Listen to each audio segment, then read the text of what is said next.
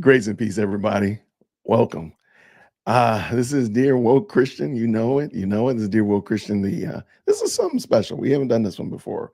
We're gonna have a post midterm election critique. So I have my good friend and sister in the Lord, April Chapman from the Standard of Truth podcast. She's gonna be jumping in and joining me, and we're gonna just have a heart to heart about what actually happened, and we're going to talk about it. We're going to do a little autopsy, so to speak, on both sides, because there's things that worked well, things that went well, and there's things that didn't go so hot. So we're going to talk about both of those and just have a little bit of fun, and of course interact with you all in the chat and all that as well. So let's get Lady Chapman in. Hey friend, how are you? Of course, my phone is not on mute. I'm doing great. I'm doing great. How are you, brother? Very well, very well. I am. Give me a second. I am trying to delete my stream that I scheduled inadvertently off of the oh, Facebook. And oh, okay, no problem. No problem at all. thought I deleted You it, but want me to drop you out? no, I'm right here. Okay. I'm here. Okay, I no think problem. it's gone. I think it's gone. All We'll right. see. So if you're seeing it on Facebook, let us know if you still see it on Facebook and such like that. It went real quick. Let's check out, see who we have in the chat. We got Caldwell Apologetics. Good to see you, friend. Good to see you. Get the likes up. Thank you so much. And Munani says, "Is Dear Hope Christian in the UK right now? 1:30 seems to be coming up awfully early right now. I'm sorry. And hey, it's actually late for me, so don't worry about it. Hang in there. Hang in there. All right, Berean Babes. Good to see you, friend. And RC, what's happening, fam? Good to see you, sir. Good to see you. That's my So, boo. say again. That was my boo. Oh, hey, what's up, oh, man? I know it's Robert. I didn't know if you want me to say anything about it. So I'm gonna alternate between our different banners here. But April, Yes. there's a little bit of dealings going on yesterday. What do you think about it? Give me your overall assessment of.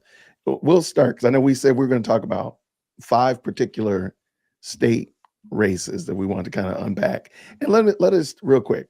April and I are not pretending to be political protagonists or anything like that. We're just humans that are involved in this process, and we just wanted to give our 2 cents about it. But um, tell us. Let's start with Georgia. What did you think about the Georgia race? Um. Well, I'll say this. So, the midterms in this state were very, very crucial, right? We had Mhm. a very important Senate seat up for grabs.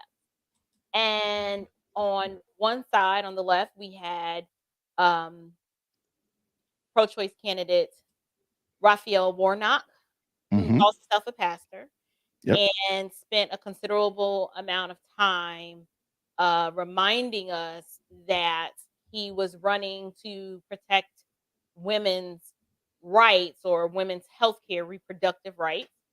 And then on the other side, we had Heisman Trophy winner Herschel Walker. And Mhm.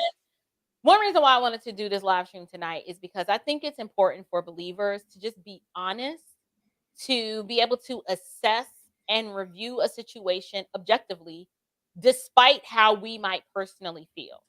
And so Correct. I don't hide my conservatism, right? I am a Bible believing Christian, but I am a conservative because my theology compels me to vote conservatively.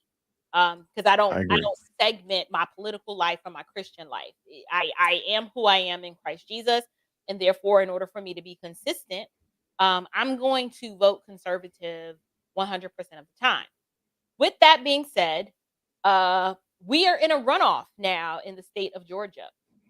Herschel Gosh. Walker did not bring that football home, and I see I what you did there. right, he didn't do it. Here's what I'll say: do I think he was the GOP's best? I do not. I like Herschel in the sense that I'm not an elitist. I don't need you to have political experience for me to look at you and say, you know what? I think he or she has the ability to lead well because these are the policies that they are putting forth that would be good for our state. Correct. However, we had better viable options. For example, we had Kelvin King. Kelvin Mhm. King is a highly melanated Black person here in the great state of Georgia. He is a small business owner. He's married to a beautiful Black woman, and he ran for Senate the first time in 2020, and literally went to county. He went county by county by county, making sure people knew who he was, making sure people understood his positions and his values and his policies. Yes. And he did not win um, the nomination simply because I don't believe that the GOP truly understands, one, boots on the ground, what will win elections, because they're so used to doing the same old. And they did Hmm. not, he raised money, but they did not Hmm. put the legs and the money behind him like they should have. And his story is incredible. And had they told his story, I believe, regardless of his melanin and his ethnicity, we could have had a great representation on the GOP side. If, because you said it, we don't, GOP, we don't do identity politics. We're like, here are the Right. issues, right? But this was a perfect opportunity for us to be like, we're not running on identity, but this dude right here is good because he's good, not because he's Black. But Facts. instead, they put their money on Herschel, and unfortunately, he was a hard sell to new melanated conservatives. You got to understand the constituency. If you, let's say you're a Black person in this state and you're starting to see that the left has lost their mind, Facts. you're new on this side. You have to court those people. You have Hmm. to come with a winning message and convince them why we should vote for this person. It's Yes. great that he could run the ball, right? He, even though he, like I said, I'm not an elitist. It wasn't, I was able, because I'm an adult, I was able to look past the fact that he was not the most articulate. Oh yeah. I'm okay with that. I love the common man, and I think the common man oftentimes make the best leaders. But with a race this serious and with this much at stake, we could have gone with other options. And that's how Amen. I feel about the Georgia race. Now I want you to tell us your thoughts, because I know you got a lot to say. So I'm actually earlier today, I did a video actually explaining my thoughts and feelings about the Georgia race and really politics in general. Yeah, on Dear Woke Christian, I don't talk a lot about politics, but sadly, politics is kind of creeping in. So I had to, you got to address it when you do. Right. The reason why Stacey Abrams, I'm going to, you know what, let's just go ahead and get started. Here's the Okay. autopsy, We get everybody. it. Let's just get it done. He about Let's to just turn, talk about, y'all. yeah, go ahead. And, I'm sorry. We're not gonna, there's no chaser here. This one's coming straight at you. The Right. reason why Stacey Abrams lost is because she ran a campaign of jealousy, envy, and regret. However, here in the state of Georgia, that didn't resonate because the people here in Georgia are like, well, hold on. What are you talking about? We are doing pretty well. And she did everything she could to make Brian Kemp look like the worst person on the block. And people like, yeah, you can say he's the worst person on the block and he's a racist, but baby, you want to kill kids. Like you all about killing and murdering babies. And there was a disconnect. So her platform, like literally that's all she talked about was the fact that she wanted to murder babies. And I'm sorry, that doesn't jive well when you're thinking future. Because again, you want me to be worried about the climate and whether or not the temperature is going up a point, but doggone it, you're munching up babies in the mother's womb. Miss me with that. So Georgia said, we're not studying this. We're not studying this craziness that you're talking about. So rather than talk about doing important things that people, the vast majority of people care about here in Georgia, they care about the fact of whether or not their kids are safe.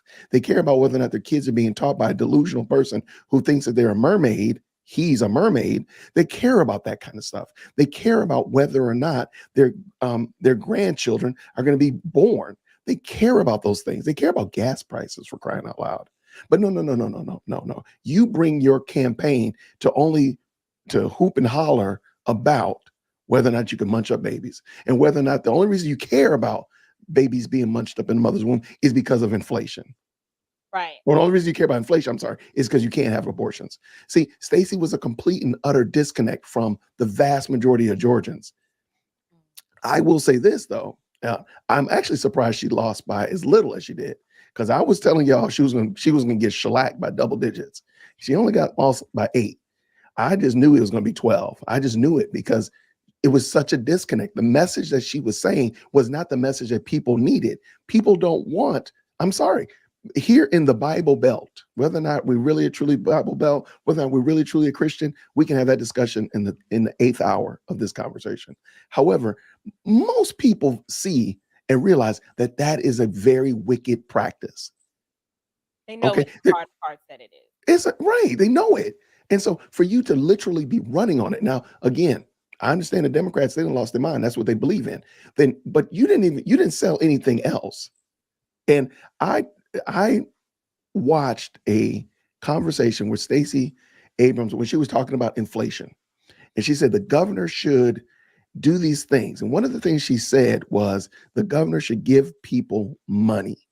If you go back and watch that, I think it was MSNBC discussion where she was talking about inflation. And the only reason you worry about inflation is because you can't have abortions. But she said the governor's job is to give people money. And that was the moment. I don't know if I called April or called another YouTuber and said, that's it. She's going to lose. Because we don't need the government to give us money. We need you to stop taking our money. And that showed me that you had a complete and utter disconnect. So to run on a platform that literally was in complete nose blind to what people need, I knew it. I said, she's not going to win. But this is the thing. The Democrats also missed something else. Brian Kemp, during the pandemic, you know what he did during the pandemic? I'm giving you insider trader. Here it comes. He did his job. Yes, he did. The man did his job. If you don't like him, that's okay. But I bet you went to work. If you don't like him, that's okay. I bet you the lights stayed on. If you don't like him, that's okay. I bet you there's still food relatively on your shelves at your Kroger, your and Publix. He did his job. He So kept our businesses open. he kept businesses open. So he was able to run on the fact that, hey, I did my job. So newsflash to Democrats, do your job. Do the job that people hire you to do. Nobody hires you. I promise you. There's not a person that put a ballot in that ballot box that wants you to go and get drag queens to come to the library to speak to their kids. I promise you. I promise you. Nobody voted on that. Right. What they do want is for you to keep the libraries open. What they do want is for you to lower the gas prices, do whatever you can to make us energy independent. That's what they want you to do. So Democrats, unless you're going to do that kind of work, please expect that you're going to keep getting shellacked. And the bad thing is, it should have been worse. I'm going to say it should have been worse. So that's actually God's grace on his judgment on all of us that you didn't get shellacked by 92%. Right. I'd like to add, oh, I'm sorry. Go ahead. No, go ahead. I was going to say, I'll add that what Stacey forgot is that, especially in Metro Atlanta, our state, even though it is Southern, we have one of the highest Black populations of all the Southern states. I believe it's between like 30 and 33%. And she also forgets that the reason why Black folks flock to this state is because it was easy to do business. You could come here with a dream and literally $1 in your pocket. And in 5 years, you've amassed a small business. You're gaining wealth for your family and you are thriving, whether it's a beauty salon, a barbershop, a restaurant, a food truck, a furniture store, right? Yeah, come on. Car wash, a tire shop. I know so many Black entrepreneurs, even liberal ones, who are in this state doing the darn thing. And you know what she did? She told us to kiss her behind when she pulled that off. When she started that rhetoric Come on. with the All-Star game, and they were like, "Oh, you know what? We just gonna go over here to Lily White, Colorado." We did not forget that, Stacey. We didn't forget all the money that would have been in the small business, the pockets of the Black small business owners, minority business owners we were going to make it rain when that All-Star game descended on the Mm. state, on the metro Atlanta area. But we couldn't do that because in your identity politics and in your selfishness and in your greed, you couldn't just shut your mouth long enough to be like, you know what? It's too many Black businesses here that rely on that money. Mhm. Let them thrive. Let me, as the government, get out of the way and let them thrive. But no, you got to be the matriarch. You just had to have your little hands all up in it. And people, even liberals, did not forget that. That's one realistic, harsh reality that my liberal friends have to eat. Your Eat girl all of it. through. Eat it all.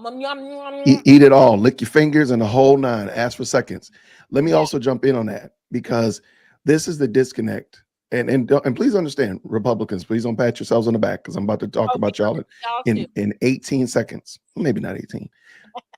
The fact that you run on a platform of murdering babies, I want to go back to this. And Jason, are you really just going to keep harping on this? Yeah, I am, because your platform was to murder babies. That was a primary platform. Even So during the pandemic. Say that part. during the pandemic, and Right. watch this, you are a Black woman that is not married.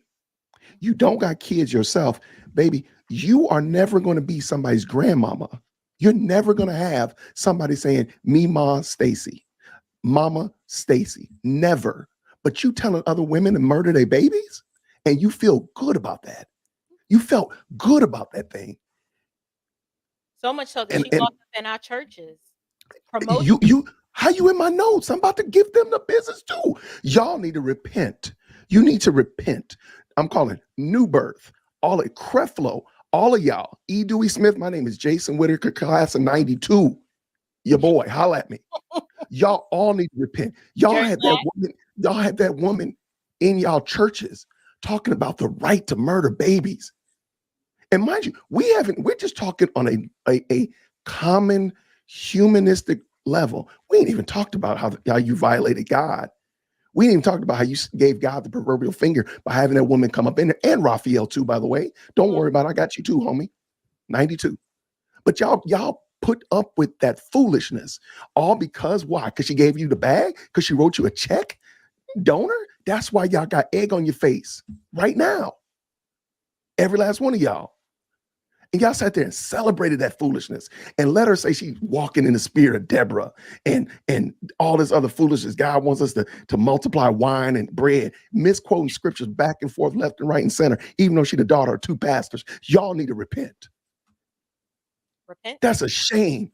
And y'all sat there as Black Christians and let that woman spit and tap dance all over the scriptures. And then y'all sit there and celebrate that foolishness, run around there. We don't need a walker, but we need a runner. You need to run to the altar and repent. On your knees. With your multi-dog on external wives and children. You need to repent. Side babies. Don't make no doggone sense. So yeah, that's why y'all got y'all butts whooped. And I'm sorry, if you think getting in a runoff, Raphael, with Herschel Walker is a win for you, even if you win, you've lost because a nobody, a non-political, non-elitist ran you into a doggone runoff. And there's a high probability he gonna probably beat you. So you still taking an L. You taking an overtime L. That's all it is. So the pride and the arrogance and the hubris that y'all have, you need to go ahead and repent. For sure. It's insane. The fact that you would even celebrate that foolishness and to have that woman get up there and talk about how, and quote, as if she was Paul. I saw that. I said, girl, you still ain't learned. You still ain't learned. You still playing. Uh-huh. I was going to say, this also demonstrated to us that the Black pulpit is for sale. For sale. For sale. I'm not saying that the white pulpit ain't for sale either, because they have a price too. They have a price too. We have the Paula Whites, the blasphemous Paula Whites. Yes, she supported Trump. Kenneth Copeland. The heretic, if I've ever seen one. The Kenneth Copelands. Jesse Duplantis. Jesse, all of that. Joel Osteen. Right. Right. We got those. Yeah, yeah. I'm talking about how the ones that claim to be the most pro-blackity black of the black, who claim to love their people, they demonstrated to you that this pulpit is for sale for the right price. We even have one who said, normally I don't let any political candidates come here, to promote their ideas. I'm paraphrasing what he said. But then he had the nerve to lie on my Lord and Savior and say the Lord told him and showed him that Stacey was the one. Like, how are you going to defend this now? Because Stacey was the one. Mind you, you basically tried to convince us that God is violating his own character and nature and his own law by saying, yes, she's the one, but she's the one that wants to violate the most vulnerable image bearers that he foreordained and placed in the womb. How do you biblically reconcile that? I can't remember the name of that pastor, but I'm coming for you too. Because it was blasphemous. You lied on God and you falsely prophesied. So now you're a false prophet. Ain't nobody listening to you. They shouldn't be.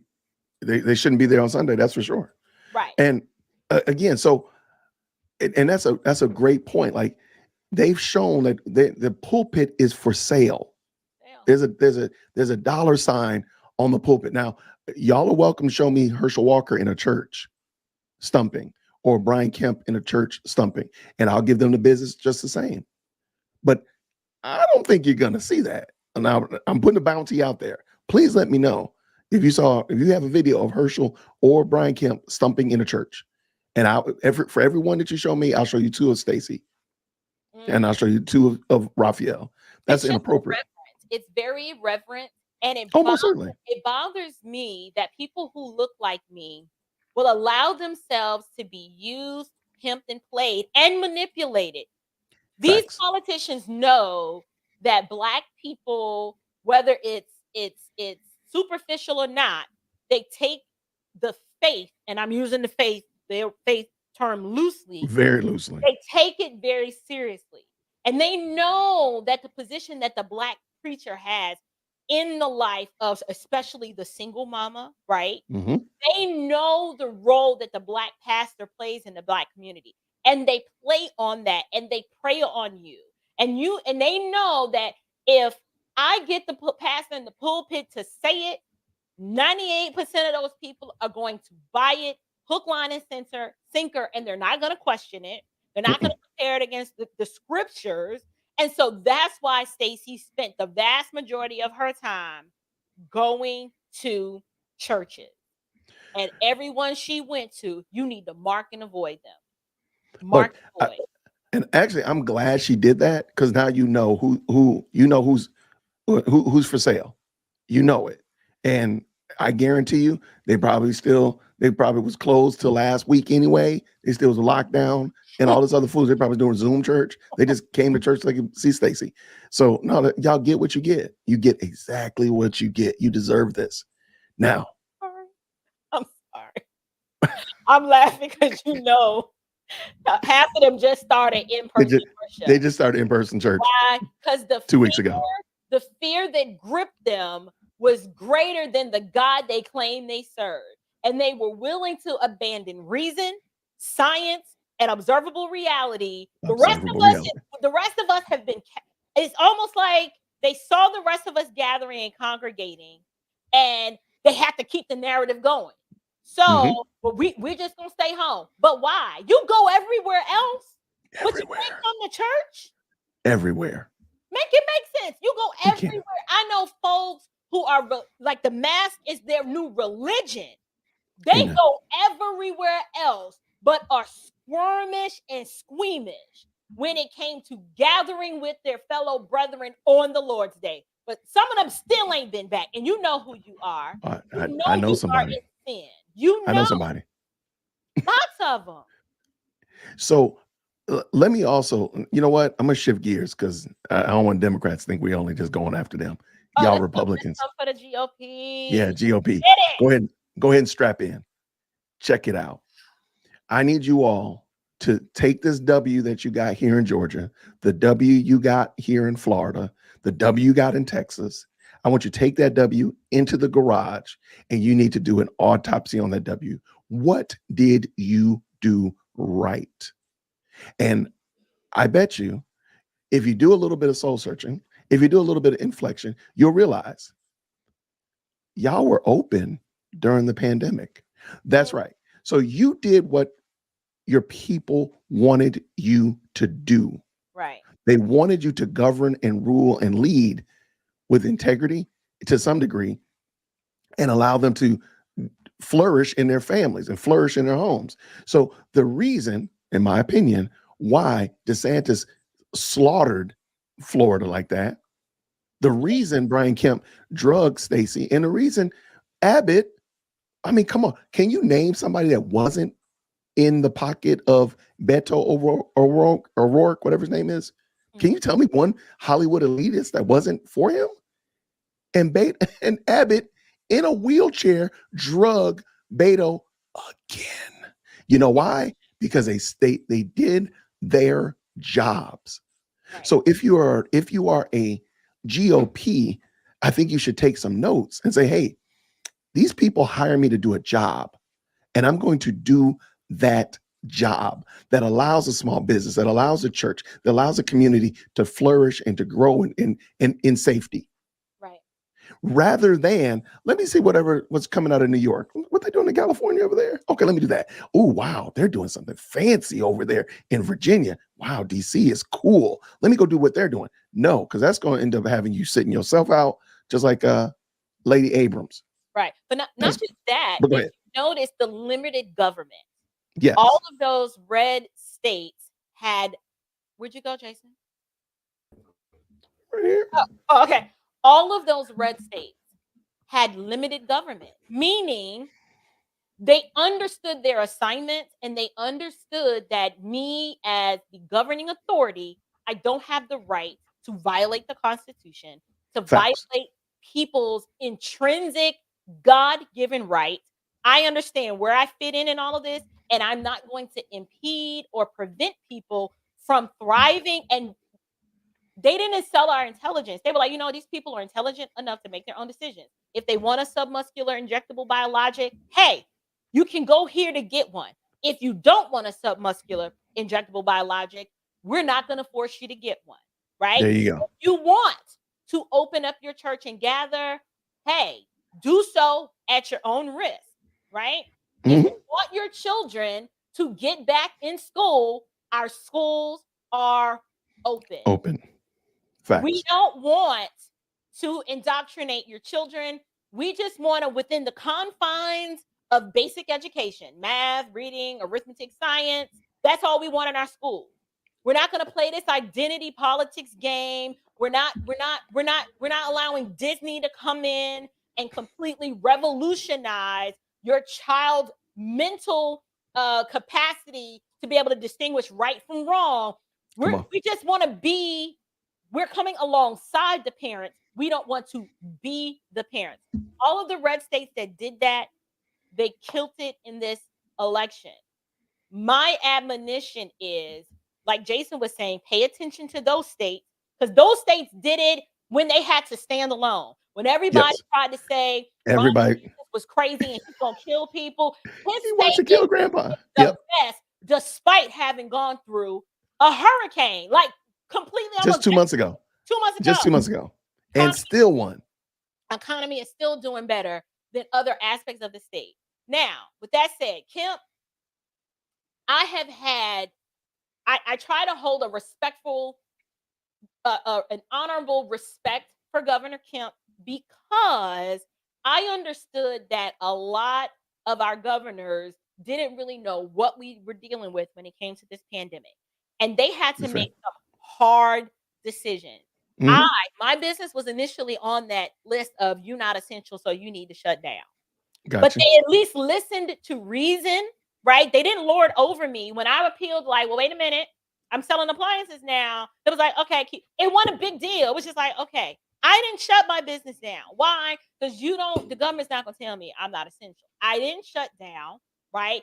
He allowed, especially I need my black business owners, my small business owners, even the ones who were cowering in fear, like, well, we still not gonna open. I was like, well, I don't know how sustainable that That is right. is. I don't know what kind of cash flow you got in the stockpile, but I need to be open. The Right, beauty right. salons open, the barbershops open, the restaurants open. I mean, you need to be thanking your government. You ain't got to like them. I just did a live stream the other day where I was saying one of the questions that believers don't need to ask themselves is, do I like this person? Listen, I'm not going to the bar with you to have a drink. I don't need to like you to Mm-mm. be able to be an adult and say, he or she governed well. This is why you get my support, but I don't like you. I don't need to like you. That's fine, because there's going to be many a Democrat who got their lips poked out Right. about this, but you're going to have to tell the truth. You're going to have to tell the truth. Tell the truth. He did govern and rule well. Our That's state it. has a Because surplus. say again. Our state has a surplus. Like all of our bills are paid, and there's more left over. Now, Stacey wanted to take you got me. You beat me plan. to it. Go. Her You go. plan was to spend the money. Like Just spend it. you got you have you got a little nest egg in your family budget. You got a little bit of extra coming in, a little inheritance, whatever, a bonus check, whatever, and you got a little bit of money you sitting on. And instead of saying, "Hey, let's just sit on this for some time. We don't know what the future is going to bring," she talking about, "Well, I'm about to spend it." Like literally, that was one of her stumps, was that she was going to spend that. What was it, $3 billion? It was something ridiculous. It was a lot of money. Surplus, and I'm like, why you always? They spend it like it's theirs. You know, right? Why is that?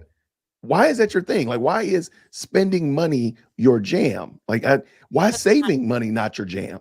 Why not giving the money back to the people that actually earned it and took it at the end of You know who's doing that?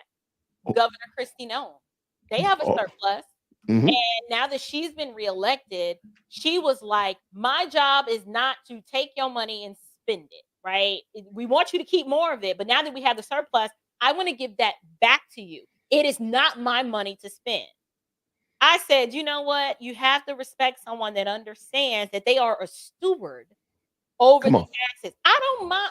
I hate taxes. I think taxation facts. But if I have a government leader, a government official that's going to be a good steward over the money and say, well, you know what? We didn't really need all of this. Here you go. I'm still salty. Just like, well, did you have to take that much? If we could do right. better. But I appreciate the sentiment of let's give them back their money because it's not ours. Absolutely not. Let's go ahead and start spending it. Oh, Right. we got money. Let's go ahead and do that. No, that's not the plan. That should not be the plan, rather. And like literally, that was her idea. Like you can see the dollar signs in her eyes, like all the things she's gonna spend it on.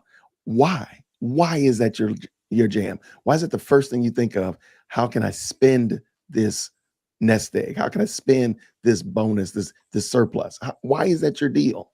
So Democrats need to think about that. Like, hey, your entire platform is based on services and doing, take from one, give to another. There's no leadership there. There wasn't leadership there, and that's what caused you to stumble and fall. Now, of course, we can talk about other cities and states where Democrats did in fact prevail, but we can talk about that too, because I think there's a lot to unpack there. Which one you want to talk about? Go ahead. Before we do that, can I tell the story about earlier today? Sure. All right. So Jason and I were on the phone earlier, just being brothers and sisters in the Lord, and we were talking about this election. And Jason was working on some things and happened to be in his studio. And he just went on this rant. Y'all, this rant is golden. He's trying to be all fake humble right now, but we need to share the clip of this rant because one, he was in rare form. So this is behind the scenes, Jason, that I need y'all to see because he made some cogent points, and he's gonna say something that's probably he's gonna upset some Republicans, but the truth is the truth is the truth, and you can't deny the truth. You just got to lean into it. You know, after the sting wears off a little bit, Yeah, just, yeah. you know what, I'm better for it. So you have it queued up. I do. I You found gotta it. play all of it. So Just it. one of the, all right. So this is no glasses, Jason. Benefits. I know. My body wasn't stolen by. Mind you, I'm on the phone while he's recording this. So if you hear like a little murmur in the background, that's me. And actually, and in the first part, in the opening salvo, I got my earbuds in, so I'm listening to you, so it looks like I'm talking to myself, like I'm down in 5 points. I'm not talking to myself, like literally my earbuds are in my ear. Right. Aliens. One of the benefits of Black Lives Matters is that Black Lives Matters put all of the focus on Black people. So now the whole world is looking at Black folk. And one of the problems is they see how inconsistent we are. They see that we're talking about life, but we murder our babies wholesale. They see that we're talking about this, that, and the other, but we're doing 1, 2, 3. They see it. And so now they see our inconsistencies. And it also is emboldening the people, one, who don't like you, it's emboldening them to say, hey, see, you're being inconsistent. But also those people that know, Black folk know we're inconsistent. We know we're inconsistent. And now we're like, hold on, wait. You know what? I don't agree with that. I don't support that. I don't stand by that. So Stacey Abrams, by running a platform of death, being a Black woman that is not married, that don't got no doggone babies. So you know what that means? She don't got a future. There's nobody that's going to be saying Grandma Stacey. There ain't nobody going to be saying Meemaw Stacey. Stacey Abrams, when she passes away, she's going to pass away. Same thing with Oprah and Kamala and AOC, fill in the doggone blanks. And Whoopi Goldberg too. So the fact that you ran on a platform of, hey, we support Black people, but I want to kill our Black babies. Hey, we support brown people, but I want to kill your brown babies. You know what? People said, nah, boo, that's not what we're about. Not here in Georgia, we're not. And so she just realized you can't run a platform of hypocrisy. You can't run a platform of inconsistency and shenanigans and foolishness and hijinks and think that people are that stupid. It should have been 35%. It should have been 12%. Georgia, we need to hang our head in shame that it wasn't, it should have been 2. Nobody should have been able to have that woman stand up there and misquote scripture in churches. Oh, by the way, Christians, you got a lot of rectifying to do as well. Because y'all sat there and let this woman come in church and promote abortion in church. Yeah, you, Jamal. Yeah, you. All of y'all, E. Dewey Smith, Creflo, all of y'all need to be brought up on spiritual malpractice charges. Church discipline needs to be issued today. I can't stop. What the heck was wrong with me? You was going in like I was on the phone like. What the I heck was was just wrong? like, I said it need to be brought up on spiritual discipline. It was good. It was good. Y'all give us. Oh my gosh. He went in. Oh. That's lightweight. He wasn't finished. Oh no, it's 40 minutes. We was on the phone. I was just like, oh my gosh. Okay. He gave him the business. He did give him the business. Oh my gosh. Okay. It was good though. Oh, that was cathartic. Oh, that was. He's free now. I'm free. I am free. I don't know. I don't know. Like I said, man, it's at least 40 minutes of that. It was 40 minutes of that. I was just like, wow. He realized, he was like, yeah, I'm still recording. I put him on hold because my mama had called. He was still going. I came back. He was just, I was like, all right, bro, you got it. It's all you. Oh my gosh. Let's analyze some of the races. Sure. Okay, let me get my notes. Because I want to talk. You were talking about, what went wrong. I mean, we talked a little bit about the Georgia Senate race, and we talked a little bit about. Did we talk about? We haven't talked about Arizona yet. We don't even know what's going on in Arizona. Yeah, Arizona's still kind of up in the air, but it sounds like some shenanigans and hijinks. What's going on with Arizona? It sounds like some shenanigans happen. But this is something I really think needs to happen, and this is for all GOP candidates. This is for the GOP. Dear GOP, you all, to me, the idea that you don't support your candidates and don't put money behind them, that's a loser mentality. I'm sorry. That just means you're just a loser. You want to be losers. What you really need to do, and what you really need to focus on doing, is telling your person's story. I'm sorry. I don't think you did a good job of telling Herschel Walker's story. I don't think Herschel Walker, I'm going to say this too. I don't think Herschel Walker was the best candidate that you could have run. But doggone it, at least put it, okay, you got him. Put in the effort to tell his story. I hear Raphael Warnock tell the man's story better than y'all. And he's his doggone enemy. What's wrong with y'all? So, I mean, do you want to prevail? Do you want to win? Tell a better story. Tell a story. And there's so much that you can do. You can take a person, because somebody pointed out to me today, well, they ran with Herschel because of name recognition. I see, that's a dummy mentality. Anybody can become Stephen King, but Stephen King was at one point a nobody. Right. Anybody can become, a fill in the blank musician or fill in the blank athlete. At one point, they were nobodies. Nobody knew them, but they developed and so on and so forth. And now people know their name. The same exact thing is true about if you had picked King to run here in Georgia.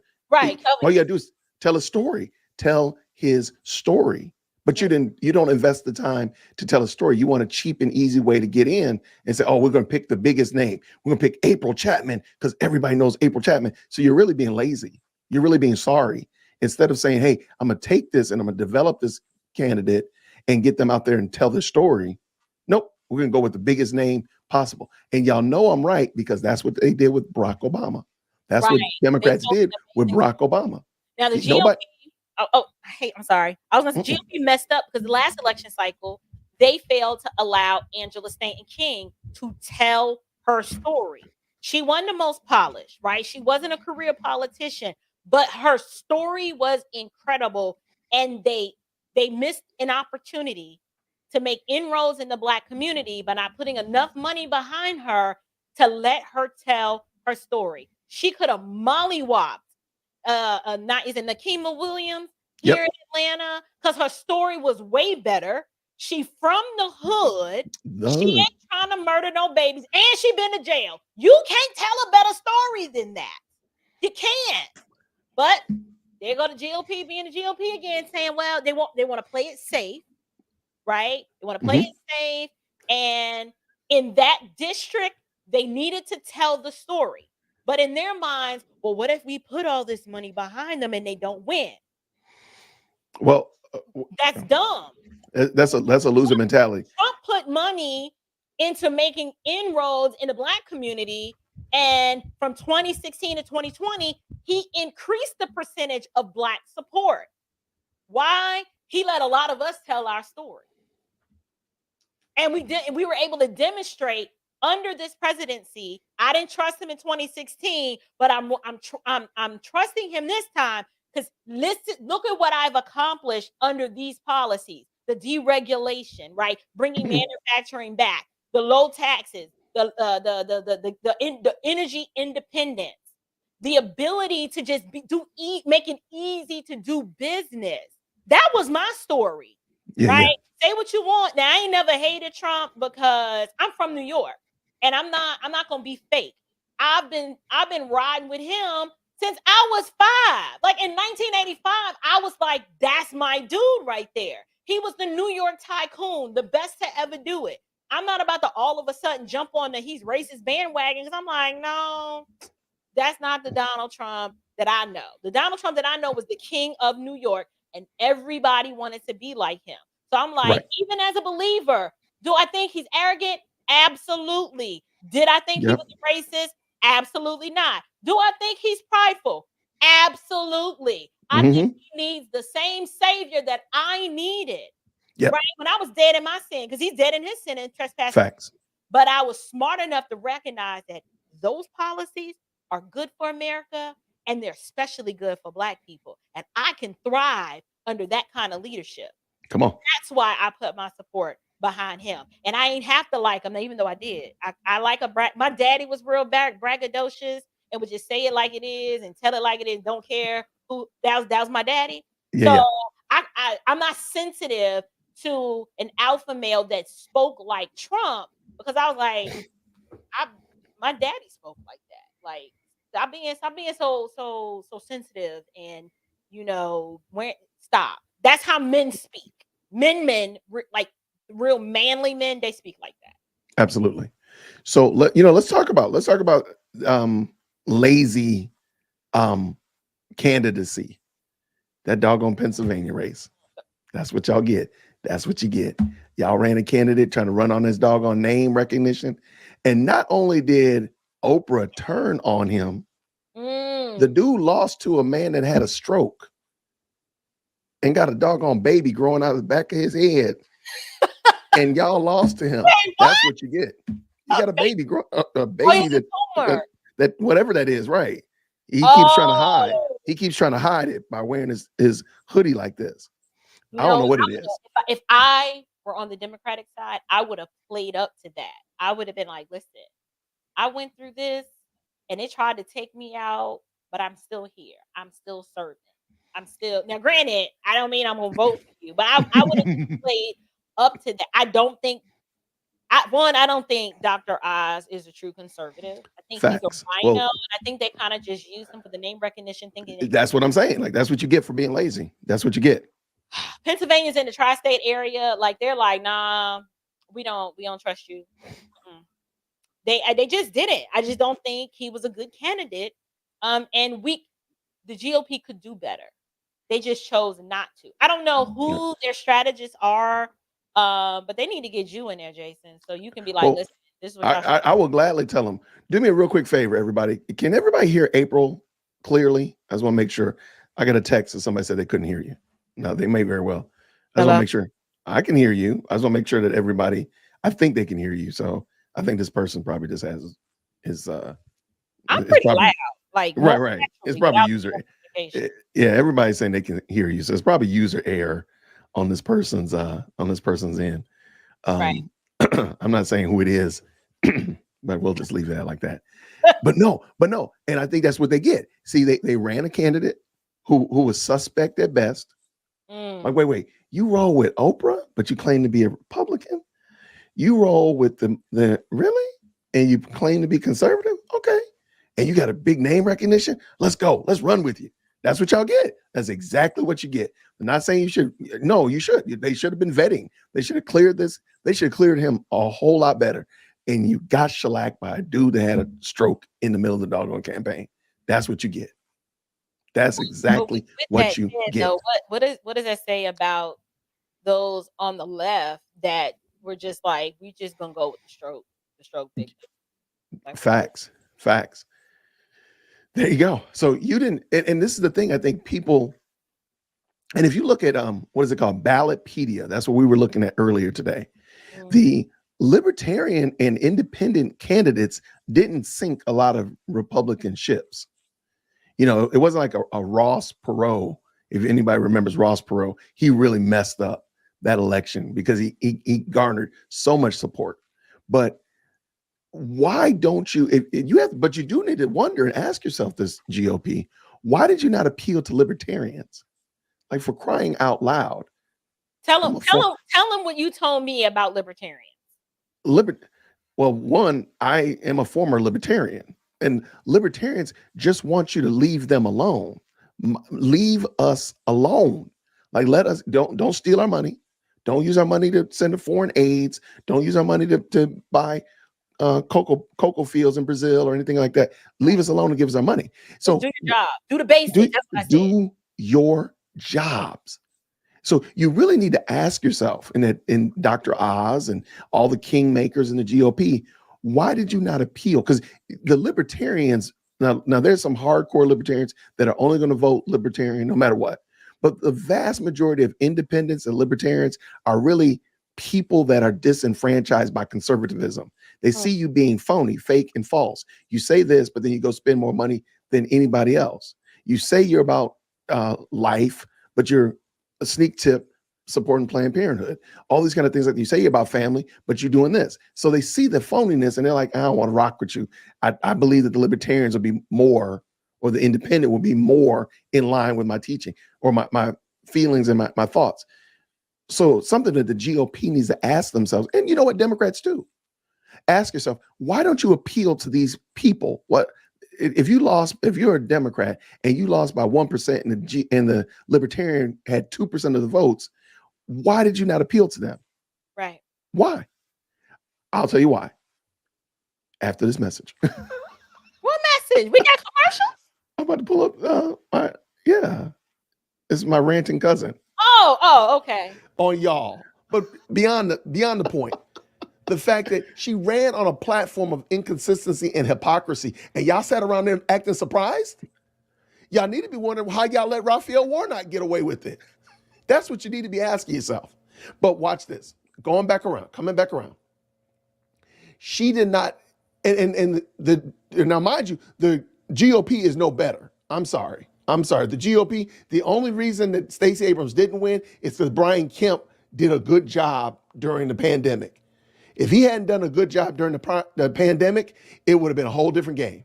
If he had fumbled the ball, if he had done some of the dumb things that Stacey wanted to do during 2020, Brian Kemp would no longer be the president. Not president. He would no longer be the governor. And it would be and new instead of and still. So don't get it twisted, Brian. You got that by you kind of did. You led in Georgia.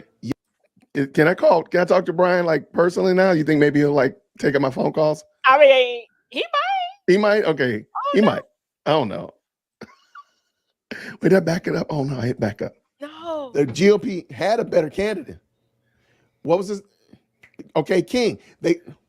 He's talking to me, y'all. I'm talking to April in my ear. I'm not hearing voices, y'all. I know it looks like I'm talking. Look at your face, Jason. Because you're talking to me. You're going in my ear. There we go. And I believe, I'm going to go on a limb here again. I believe that the GOP could have done better than that. They could have run King. Herschel Walker was not your best candidate. So the fact that you lost to Raphael Warnock. Raphael Warnock did not win. I want you to hear that again. You lost to Raphael Warnock. Raphael Warnock did not beat you. Okay, let that sit in for a second and let that process. Y'all let him you beat yourself. And it's funny that y'all. So, and what I mean by that is Raphael Warnock is an established politician. And not you know, established. He's newly established. Well, I mean, but he has a track record, and he has a track record. He had all of Ebenezer Baptist Church behind him. He had all of New Birth. If y'all go back and listen to Jamal Bryant regale him, there's actually information that's actually fairly true about Raphael Warnock. I can't think of a black person except myself that wasn't supporting him. He had all of that in his favor, and April as well. He had all that in his favor, and he lost. He went to a runoff with a nobody. He went on a runoff with the guy that, again, at the end of the day, okay, maybe he wasn't the best husband or father. Maybe he wasn't the best person. But hey, by the way, Raphael, you got some skeletons in your closet too. They just chose not to talk about those. But that's neither here nor there. But at the end of the day, we know, again, as established politician, we know how you vote. We know how you govern and rule. And that stuff was no bueno, sir. Right. He didn't so even therefore, have. Oh, I'm sorry. Go ahead. No, so therefore, you there's nothing to pat yourself on the back about. And again, like I said, it's still a runoff because anything could happen that first week in December. So anything could happen in that regard. And you could still get this L. That L can go in any direction. And you can still get that L. But you got to think about it. You lost with all of that fanfare, all of that support, all of that, and you still got in the runoff with a former football player. There's nothing to celebrate. Not a thing. Even if you did win, there's nothing to celebrate. Right. Go ahead. What are you going to say? Oh, I forgot. It went away. It had something to do with. I really forgot. That is, I'm ashamed. Oh, it's all good. It's all good. So It's why we were. it's gonna come back. It's all good. Like, So we were talking about, like, the Pennsylvania race, right. and Oz losing. We didn't think Oz was already. Again, there's nothing about him that made you think like, oh man, this guy's solid. But to think, like, what does that say about a Democrat that you would vote for somebody that literally was saying that he wants to bring back unfettered baby murder? Like, just think about that for a second. Just think about that. Like, that's what he was running on. That was he's against fracking, so he's against energy independence for your state and so forth. Like, yeah, what? How does that make you feel? Last minute, he flipped and said that he tried to get out, but he really couldn't articulate it that fracking was fine. That was in the ninth. That was like at the last debate with him and Oz when they asked him, and he was kind of struggling to get it out. All of us, and I think he just said that because he was like, "I have to give an answer," but we really don't know. No, Really don't know.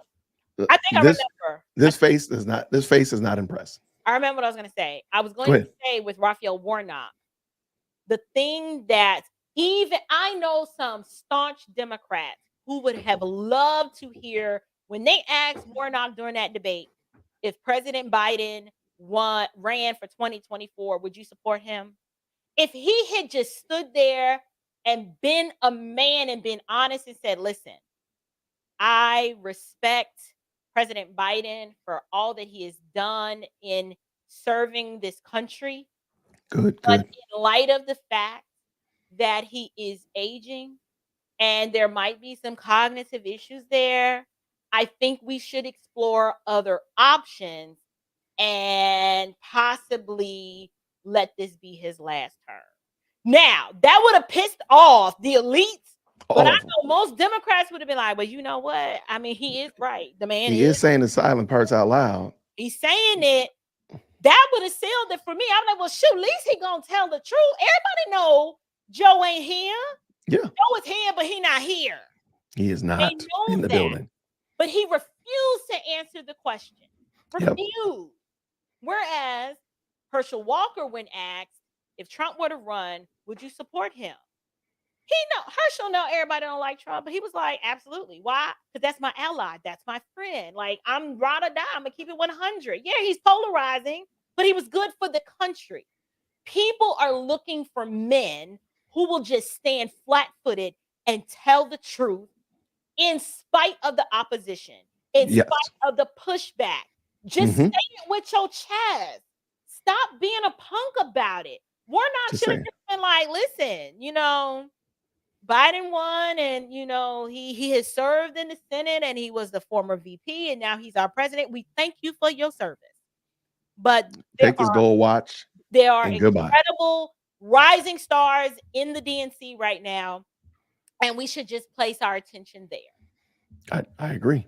I don't think maybe I'm being naive. I don't think that would have been career suicide because it would have emboldened liberals to be like, finally, somebody said it. Now I can actually feel that way publicly, and it's okay. But he didn't do that. That's what I was gonna say. I like it. That kind of reminds me of, we talked about it today. The ranting Jason talked about it too. I'm just this is my formula for success for the GOP. You know what? I'm gonna get the formula for success. I do believe that there's ways that the Democrat Party could win and be more successful. Yeah. Only problem is they would no longer become They would no longer be Democrats. However, let's go on and talk about it. Dear Democrats, if you want to become a winning team again, you need a face on your team that is not insane. You need a face on your team that is not fringe, crazy, lunatic policies. You don't need that. You don't need those types of things, because the vast majority, the overwhelming majority of Americans, and I'd go as venture far as say in the United States and abroad, want sane leaders. They don't want policies that completely and totally obliterate their family and traditional values. I'm sorry. The overwhelming majority, please don't let California fool you. Please do not sit there and drink all of the Kool-Aid from New York and think that that's everybody in America. Please don't, because it's not. It's not. And you know, like I know, that many people, kind of like Georgia, there's many people in a centralized place, the city of Atlanta, but there's a lot of people in rural Georgia. Yeah. So, but sadly, Atlanta can ruin it for all of Georgia. If you get all of Atlanta to vote in one direction, they can ruin it for all of them. So please don't be confused and tricked and think that you're representing all of America with ideas and values that contradict most American values. I'm sorry, it's just not the case. Honestly, they Go had ahead. somebody like that in Tulsi Gabbard, and she got the heck on. She's like, y'all too wild for me. I'm going. Tulsi Gabbard, say what you want. You ain't gotta like her. Mhm. She was sensible. Her policies were actually not that bad for a Democrat. I mean, she just was like, no, that's dumb. Yes, this is good. She was just able to make proper category distinctions and stand for something and speak against the stuff that didn't make any sense. And Fair. they basically gave her the finger. And so she's like, oh, okay, that's what we doing. I'm out. They had that. And look what they did. Because she mollywopped Kamala during the Democratic debate. I'm talking about like just got her up against the ropes. It was like, like uppercuts, blood flowing from the nose. Tulsi gave her the business. She did. Did she get a business? I think. Oh no, I'm just reading some commentaries, but no, I agree. So now GOP, same thing. GOP, you have absolutely no business running a candidate that is twice as old plus as a minimum age of a president. The minimum age to be a president is 35. If you run, God have mercy on your soul, if you run somebody that's north of 60 years old again. I'm sorry, there's no reason. There's no reason. And a career politician that's 60 plus years old, 70 years old, 74 years old is not going to have a finger on the pulse of the vast majority of voting people, which are younger folk. If you look at the things that younger people voted on, especially in those Democratic states, they voted on some things that were really, really controversial. And you as a president, leader, let's even say governors, in such of that nature, you're going to have a finger on that pulse and better understand what it is that's bringing these people to vote for these type of policies and ideas. And with that being the case, I'm sorry, you cannot run a candidate that is that far removed from the voting block. And I'm also going to say this, GOP doesn't necessarily run with the identity politics, but I would highly recommend that you not run another candidate that is white. You need to go ahead and just go and pick you a candidate that is of the high or more melanated. How about that? Them to play the race card on purpose? Please? Just go ahead and do it now. Just go ahead. And let me give you the rationale behind it. If the GOP rolls up tomorrow with a black man married to a black woman, got little black babies, hey, go big. He went to an HBCU. And no, I'm not talking about me. However, let's just say that. Let's say you run a black candidate. You do away with the whole narrative that the GOP is racist. You do away with it. Because think about how ignorant Jamal Bryant of New Birth Missionary Baptist Church with their doggone BLM cross logo. Think about how stupid he sounded saying that Herschel Walker was a white supremacist and all this stuff, because that was it, because the GOP was running a black candidate. Right.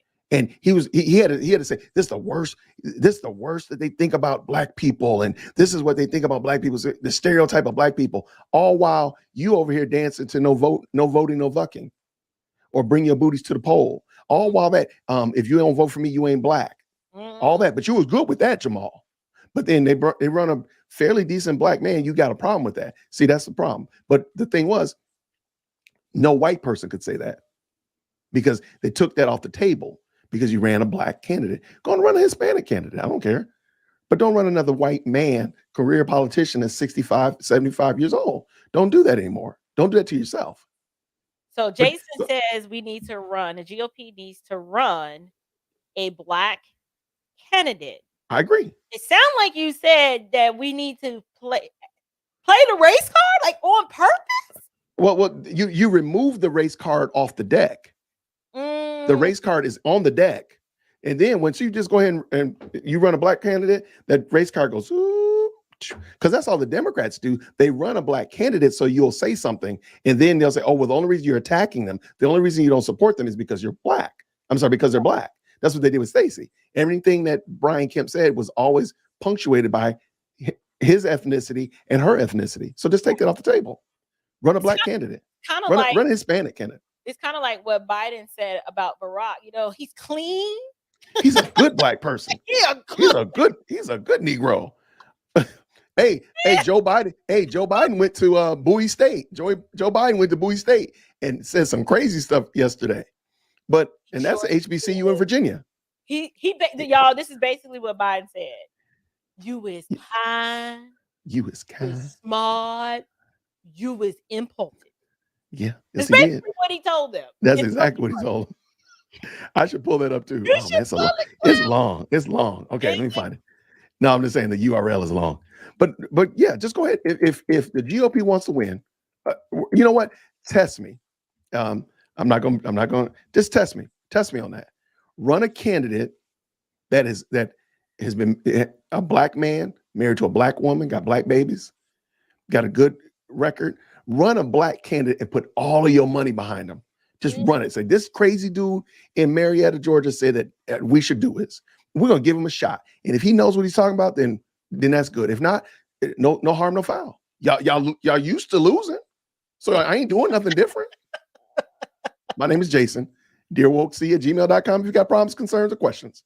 But watch this. Run a good candidate. Run a good candidate. No craziness. No putting guns to his ex-wife's head. No running over his wife's toes. Anything crazy like that. Just run a good candidate and see what happens. Because America, I'm sorry. I know this is going to go against the narrative that most people internationally have heard. But guess what? Americans really don't hate one another like this. Forget what BLM told you. Forget what all these other clowns told you. Americans don't hate one another. And for the most part, there's issues, of course. But for the most part, we care about one another. And we want to do well. We want to see other people do well. Now, there are some nearly wells that I ain't talking about. But for the most part, most of us really want well. So if you run a good candidate, a good Hispanic man, a good Asian candidate, a good black candidate, most people that is able to and put the money into telling the story. Don't just put them out there and say, hey, there he is. There's a Negro, vote for him. No, tell the story and see what happens. They basically need to craft someone and shape him like they did Barack Obama. Because think about it. People threw their support behind Barack, not because he had all this experience. He was like, what, a 1-2-term senator at best? Like, he just came out of nowhere. People was like, who is that? Like, who is he? Black wife, know, the 2 little black babies. Everybody was like, oh, my heart is just warm because we here. And I hate to say it, enough of us didn't go back and put our finger in the milk and be like, is this milk hot? We didn't test it. We just went with it because we were like, the optics are good and we need a black president. Let's run it. I am saying, to take your point another further, get a good black candidate. I know people are gonna be like, but the GOP, we don't do identity politics. We're not doing it just because he's black, right? We're trying to demonstrate that. Put your money where your mouth is. They're out there, right? They're out there. Put your money behind the candidate, tell the story, and remove the doubt that it's the whole race thing.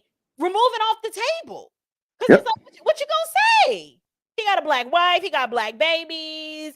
maybe he grew up in the hood. Maybe he didn't. Maybe he came from a single parent home. You know, he's living his best. Like, let's see what we got to lose. Why not? No, because they've been losing. So Right. you've been losing. So go on, try something different. Mhm. Stop doing the same thing as getting you these L's. Do Right. something different. Okay. One thing I wanted to say, or wanted to get you to tell the listening audience. You now y'all know how I feel about former President Trump, right? Because that was my dude. I don't care if you don't like it, like I'm grown.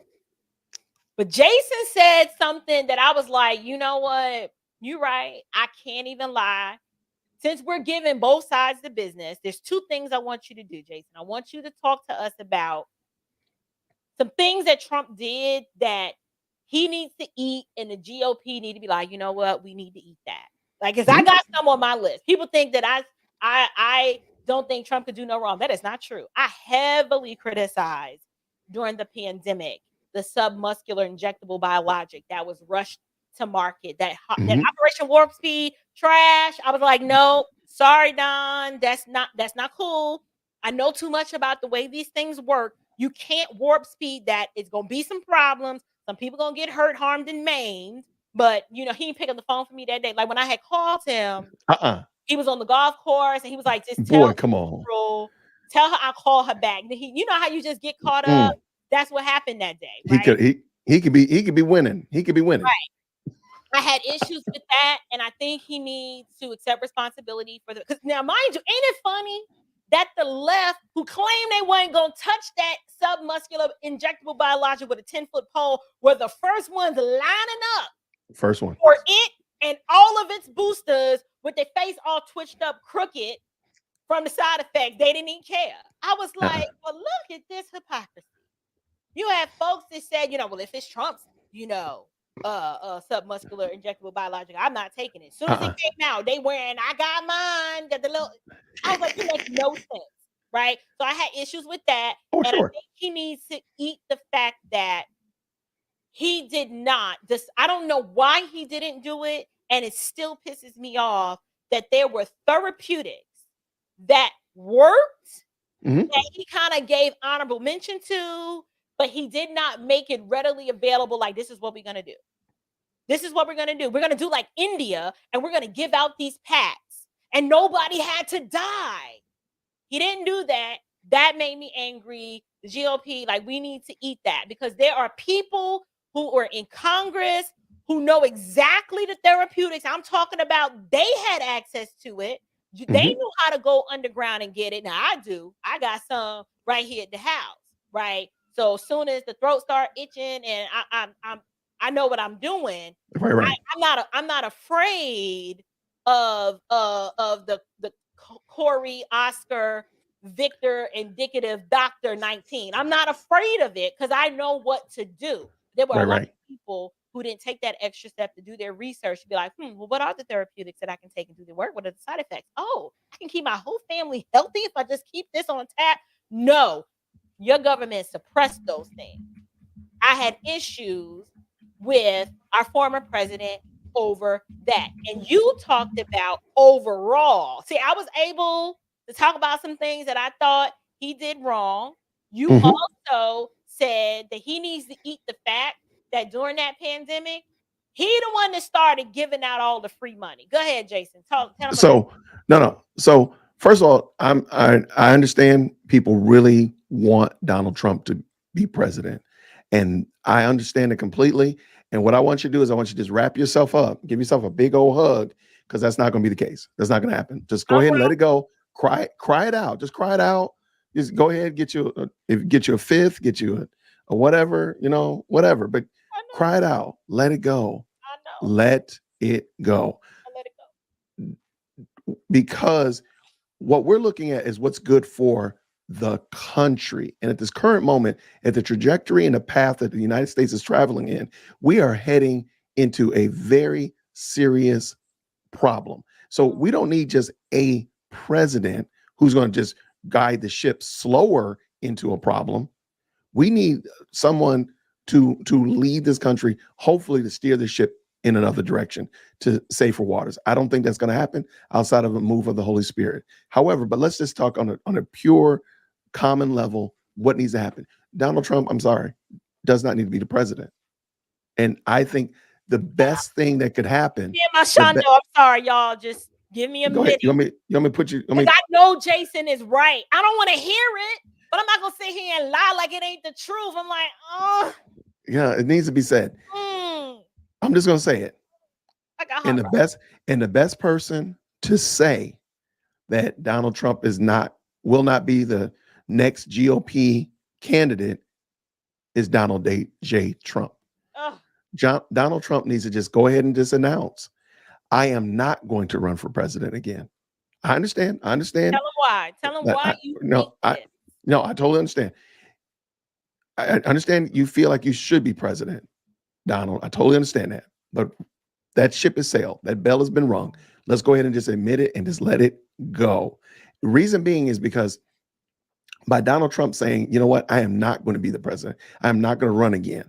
You take all of the angst and all of the animosity and all of the never Trumping votes. Because again, if Donald Trump ran, there would be people that would vote for a dead squirrel just to vote against Donald Trump. And we saw that in Pennsylvania. There was a dead guy that won in Pennsylvania, and not just Fetterman. So if Donald Trump says, you know what, I should not have issued those stimulus checks. That was my bad. I shouldn't have done that.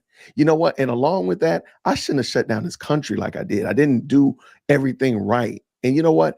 I don't deserve your votes. And I'm taking all of that ownership. And you know what? I'm going to go ahead and I'm going to step myself out of the way. And I'm going to allow. Like, I hear you, and I'm still like ready for the comeback. Like, I hear you. I'm not going to fight. I'm not going to fight. It's okay. It's okay. And I'm going to allow for Ron DeSantis. I'm going to allow for whomever to have a free and clear stage to run and to help this country and help all Americans do better. Guess what Donald Trump has done? He's taken all of his sins, so to speak, and he's put them on himself, and he's gone and got out of the way. So if anybody comes to DeSantis, let's say DeSantis is the candidate or whomever, and they say, well, what about the inflation? He's like, well, Donald Trump took responsibility for that. Or whatever it is, they can point to and say, he's already taken responsibility for that, and that's already out of the way. So now you have a clear path to go ahead and start fixing and resolving issues, working on energy independence, opening up the doggone pipelines, all those kind of things like that, reducing, getting our fuel, for crying out loud, if nothing else, get the gas prices back down to something that makes sense. Tired of these doggone valedictorian gas prices. Give me some doggone academic probation grades, rates again. So if he did that, and again, this would take a high level of hubris. I'm sorry, of humility. This would take a high level of contrition to say, you know what, I'm not gonna run again. And I know there's gonna be a whole bunch of people that are mad, dearwokec@gmail.com, that are gonna email me about this. But let's just admit it. Donald Trump would polarize, because please keep in mind, a lot of Democrats got shellacked yesterday. Now y'all gonna go ahead and say that Donald Trump is gonna run for president in 24. All you're gonna do is embolden them. They're gonna be standing in line tomorrow to vote for early voting. They're gonna be standing 2 years early so they can vote for a dead goldfish instead of Donald Trump. All right. So but you don't have to do that, though. You don't have to. Donald Trump is not the answer to every question. I understand that, but he's not. And it's okay to say, hey, you know what? Let's run somebody different. Let's run somebody a little less polarizing. Because again, polarization works both ways. Mm-hmm. He might polarize the GOP. Okay, that's fine. He could also polarize the Democrats. Mm-hmm. And we all saw that. We know good and doggone well, because Weekend at Bernie, he got 80 million votes. I mean, he galvanized his team. I mean, they were ready.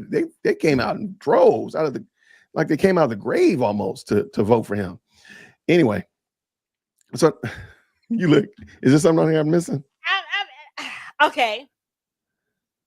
I appreciate the fact that you said what you said, and that as my brother in the Lord, that you've been trying to help me reorient my thinking this way. Because I'm big on facts don't care about your feelings. Stop being emotional. Get your feelings out of this. So for a moment, I am going to be transparent and honest and say Jason's words are hard for me because I'm free to feel this way, I was able to look at the lack of humility, arrogance, braggadocious, all those qualities that were less than ideal and say, but darn, does that man know how to run an organization? But that is me. And there are not a lot of people who can make those category distinctions, right? He is very polarizing. People's derangement syndrome is so bad that they would vote for their own demise than to put that aside and vote for him. 2. Yes. You said it's going to take contrition and humility. Well, the truth is Donald Trump don't really got a lot of contrition. No lie. Failed to see him actually be broken and contrite. And this is why I love him enough to say, bro, you need the gospel. You need to stop hanging out with these heretics, such as Paula White and Kenneth Copeland. And all of those. Like, you need Jesus. I'm also honest enough to recognize that the Lord can use a wicked king.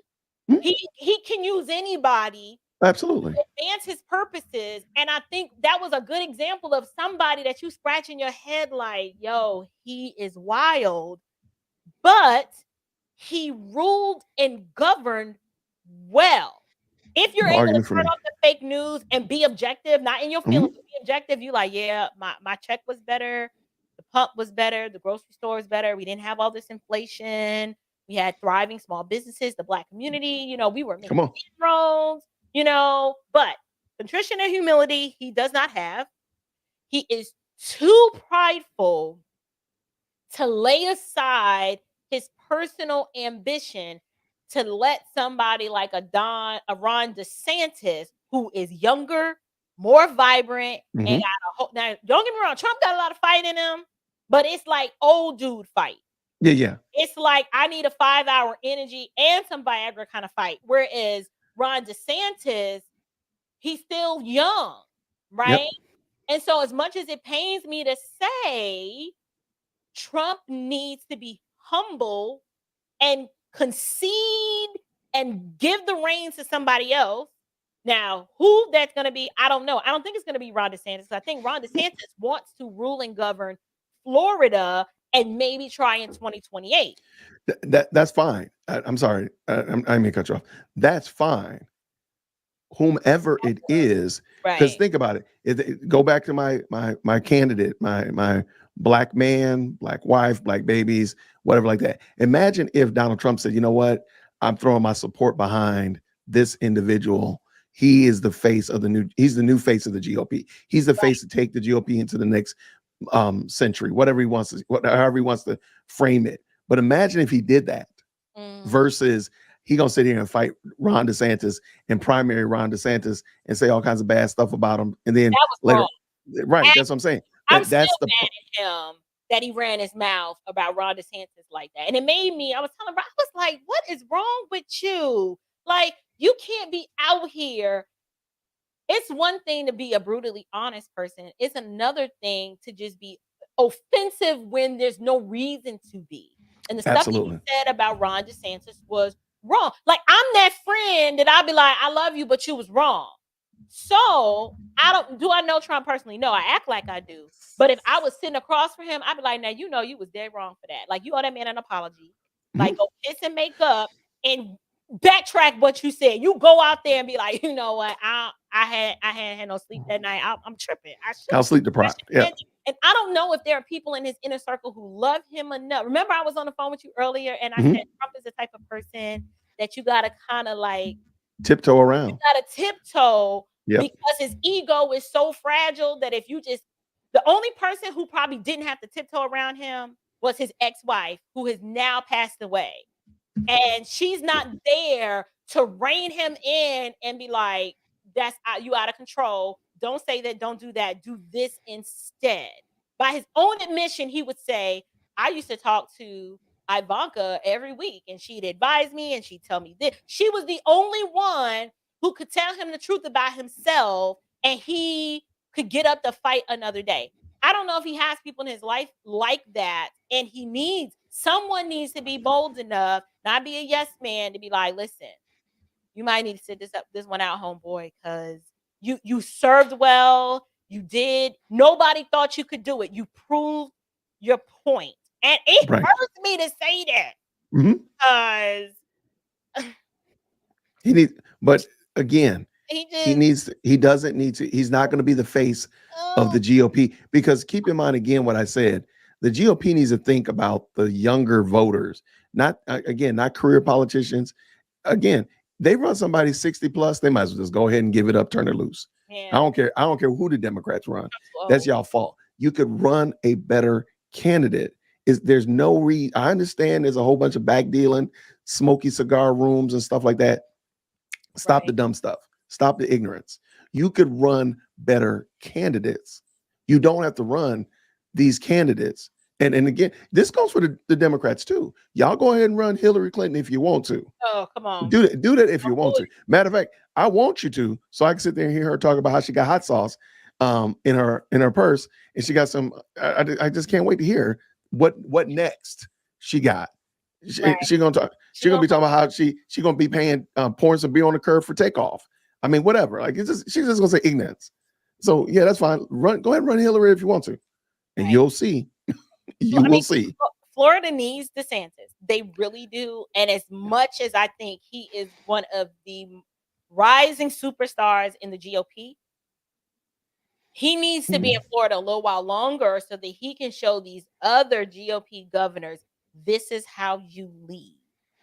So I think rinse and repeat, because he turned, what was it, Miami-Dade County? Yeah. How do you do that?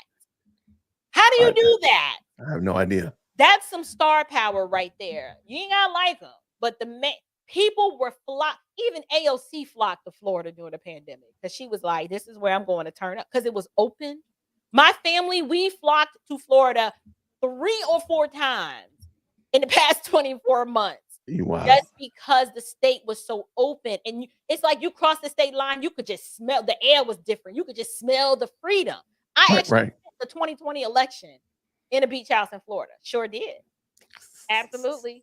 We were sitting there during election night, me and my husband, and we purposely left Atlanta because we were like, they're gonna tear up this city if Trump wins. So we going to Florida, and we were there a whole week, but particularly election day. We were like, nah, I'm not trying to be here.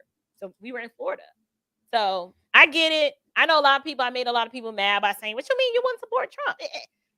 I can love you and support you and say, this is not the best thing for you to do right now. It's kind of like you have a child and they want to do something and you're like, I love you, but I don't think this is what's best for you, so I'm not going to support it.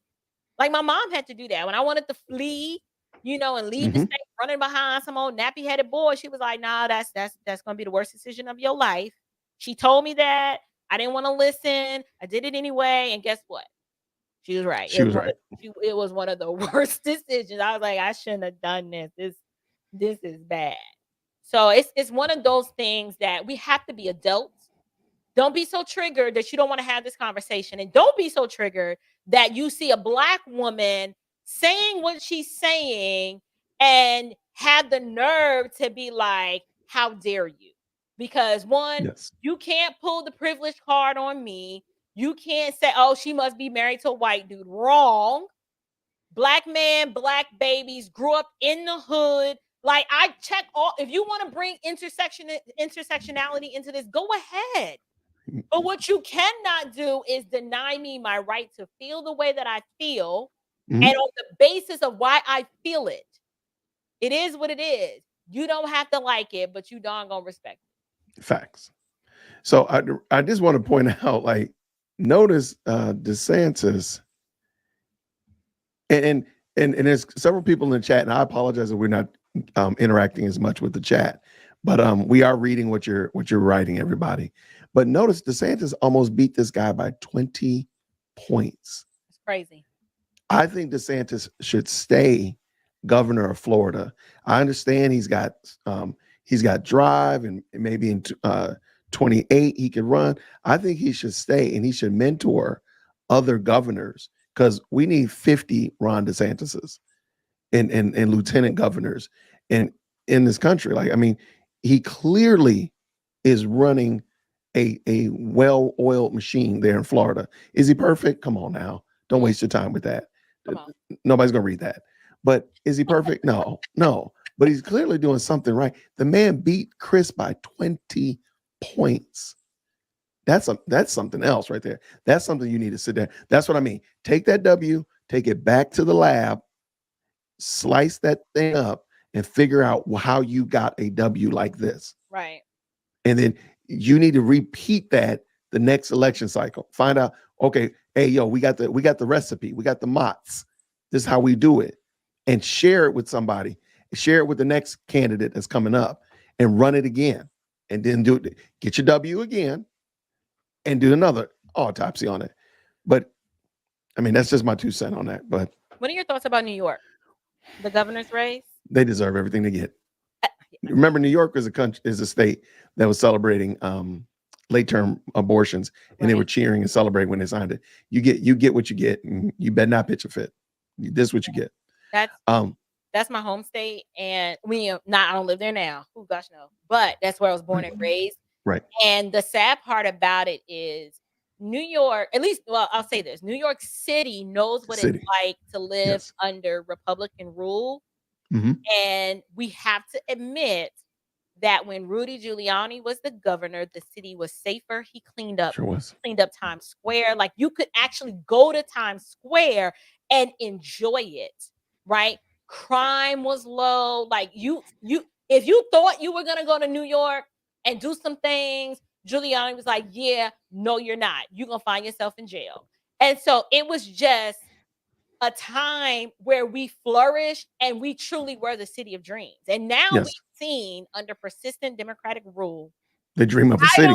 I don't even want to visit my own hometown. One, I don't feel safe. My husband said, absolutely not. You cannot take my kids there. Mm-hmm. It is not safe. The policies, the no cash bail, it's just, people are wiling out. And so for the governor, she was, this time she was elected, for her to actually try to minimize the dangerous conditions of the state, mm-hmm. and treat it like it was just a no big deal. And then the people who are living there to still vote for her anyway. Y'all deserve everything that you get. Yeah. I don't know if they know this, but a whole lot of people fled from the state of New York. Mm-hmm. Where'd they go? They came here. Like, we was full, and I don't know. You let them in, because I keep the door locked. I don't know how they got in. Full, but some came here. Some came here. Lots of them went to Florida. Many placed flags in Tennessee. People fled that state like roaches when you flick the light on in the kitchen. You know what I mean? I don't actually know what you mean, but I got you. I'm from the Bronx. Well, let me stop acting brand new. You know. I know. But I think the people there, and I'm gonna say this, and it's gonna offend some New Yorkers, and you'll be okay. But I can say it because I lived it. New York is one of those states, particularly New York City. Mm-hmm. It's like, it's bad, but you're so used to it being bad that you can't even see brighter days ahead. Correct. You literally settle into the grit and the grime and the misery. You settle into it so much so that you actually reorient your life and accept it. Yep. It's like, you tell them, you can leave and move. And they're so comfortable in it. They're just like, well, where am I go? I'm like, the world, you can go anywhere. Bali. You can get some of them to be like, I'll just Nepal. cross the bridge to Jersey. No. Just Jersey or Connecticut. Now, Jersey's bad too. Connecticut is not that much. It's better than, but it doesn't say much, right? You talking about a New York state of mind? It is something about the mindset of when you've been, and I'm using the word oppression, not in the white people oppressing me kind of way. I'm just talking about big government oppression. When you're so used to big government oppression, them telling you what to do, how to make, I've got friends that have wanted to start businesses up there, and because the regulations is so high and the cost of living is so high, that they just accept that, well, this is how it is here. And so therefore, I'm just not going to pursue my dream of entrepreneurship because it's no way for it to happen. Instead of them saying, wait a minute, I keep voting for this oppressive system. Let me do something to change it by voting differently. They just accept it. They lay down and they just live every day under the status quo. They keep the same job. They live in the same place. Like their parents will die, and they don't even tell the landlord that the parent died. They just squat. They keep paying the rent. It's a mind. It's literally something called the New York state of mind. And if I've offended you, I'm just saying that I grew up like this. I saw it, and it wasn't until I left that I was like, oh my goodness. Now I see why there's no progress there, because you condition yourself to live under such an oppressive system that you just think that everybody else lives this way. And then when you go visit other places, you be like, it sure is nice here. And wow, you sure got a nice house. And I'll be like, you can have it too. You too. And they're like, no, I can't. I can't leave. I gotta stay here. And it's like, well, is someone holding you here? Why can't you leave? Oh, but it's just because I've been here my whole life. What you want me to do? Run. Run. But they go in that voting booth and they vote the same oppressive policies. And so it's sad, but I explain it to my husband all the time, because he just be like, I don't even understand, like why people still stay there. And then when I have to explain to him the mindset, he's just like, dang, that's messed up. But I also have people who make that same argument. Let's take rural Alabama. They won't leave. They know that there's opportunity somewhere else, but they've been so conditioned under whatever oppressive system they're under that they won't just wake up and be like, no, I don't want this anymore. I'm leaving. It's literally like, what is it? The elephant where they put the how they train it. Right, they train the elephant. How they train the elephant. Yep. They just in a cage. And then the cage is open. There's no key, but they can't walk through it. No, I was looking at my home state of Illinois, and I don't understand how they. I don't understand. Like, I'm sorry. We're gonna listen to Joey in a second. We're gonna listen to Weekend and Bernie. But yeah, I don't understand. Like, why? That's crazy. But a Democrat won. Like, what happened? Like, I really think this is what I mean. Like, look at Chicago area. For everybody. With that crazy, cockeyed mayor, that's amazing. Is doing a horrible job. Decimated your city. Crime so bad that you don't even want to leave your house. But you see what they voted for? Yeah, I'm like, y'all voted for it. The oppressive system. Wow. They just keep doing it. Amazing. All right, so let's take a break and hear a word from our so-called sponsor. We're gonna listen to Joe Biden. You know what? I'm not gonna give you any caveats. I'm just gonna let Joey, Weekend and Bernie, just go ahead and tell us what he thinks about HBCUs. You see that? Can you see that? No, you cannot. I can see it. Oh, you can see it. There we go. Bigotry of low expectation. Yes. Let's see what Weekend and Bernie has to say. And I didn't hit the.